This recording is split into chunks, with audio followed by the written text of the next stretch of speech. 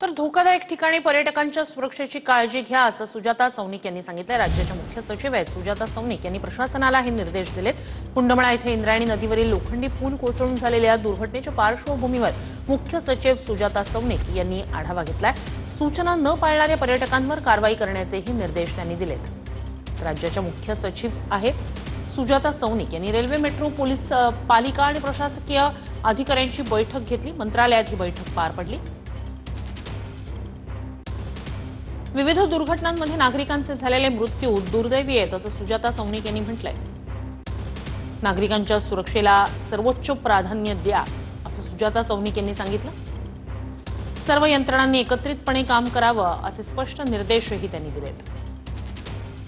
Railway प्रवासात दुर्घटना टाळण्यासाठी प्रवाशांसाठी मार्गदर्शक सूचना जारी करा।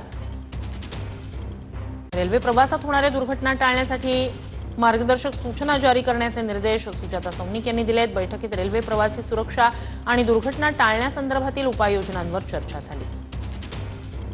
पावसाळ्यात पर्यटक ज्या ठिकाणी अधिक संख्येने येतात तिथे पर्यटकांच्या सुरक्षेची काळजी घेण्यात यावी असेही सुजाता सौनिक यांनी निर्देश दिले। मार्गदर्शक सूचना लावण्यासोबतच सुरक्षा बंदोबस्त ठेवून दुरुस्ती होईपर्यंत पर्यटन स्थळे तात्पुरती बंद ठेवण्यात यावी असंही सुजाता सौनिक यांनी सांगितले।